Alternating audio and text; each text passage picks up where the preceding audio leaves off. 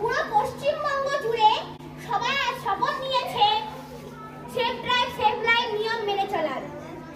শপথ হলো ট্রাফিক নিয়ম মেনে চলা। এই শপথ সতর্ক হয়ে পথ চলা।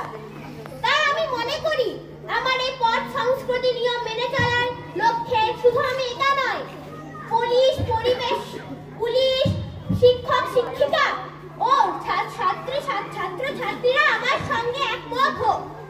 তাই আজকে সবাই আমার সঙ্গে বলুন, আমাদের প্রতিজ্ঞা পথ সংস্কৃতি জানবো, ট্রাফিক নিয়ম মানবো, আমি সতর্ক হয়ে চলবো, সুস্থভাবে এগিয়ে যাব, শান্ত জীবন গড়বো।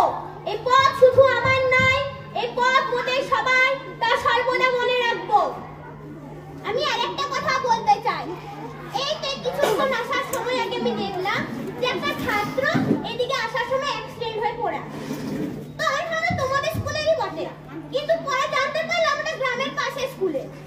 তাই আমি তোমাদের এখানে কিছু শিক্ষা দিতে এসেছি। যখন এই লাল লাইটটা হবে তখন সতর্ক, তখন কিন্তু তোমরা রোডে নামবে না বা চলবে না। যখন এই হলুদ লাইট সিগন্যালটা হবে তখন তোমরা এবার সাবধান হতে পারবে, এবারে আমরা পথে নামবো। আর যখন এই গ্রিন সিগন্যালটা হবে তখন তোমরা এবার সাবধানে যেতে পারবে। আর হ্যাঁ, অবশ্যই আমি দেখেছি ছুটির পর সব ছাত্রীরা ছুটে ছুটে রোড পার হয়। আমি এটাও বলবো যে ছুটে ছুটে রোড পার না হতে, কারণ ছুটে ছুটে রোড পার হলে বিপদ ঘটতে পারে। আর সবসময় বড়দের হাত ধরে রোড পার হবে। গাড়ি চালাবার সময় মোটর গাড়ি চালাবার সময় হেলমেট পরবে, যে চালাবে সেও হেলমেট পরবে, যে পিছনে বসবে সেও হেলমেট পরবে।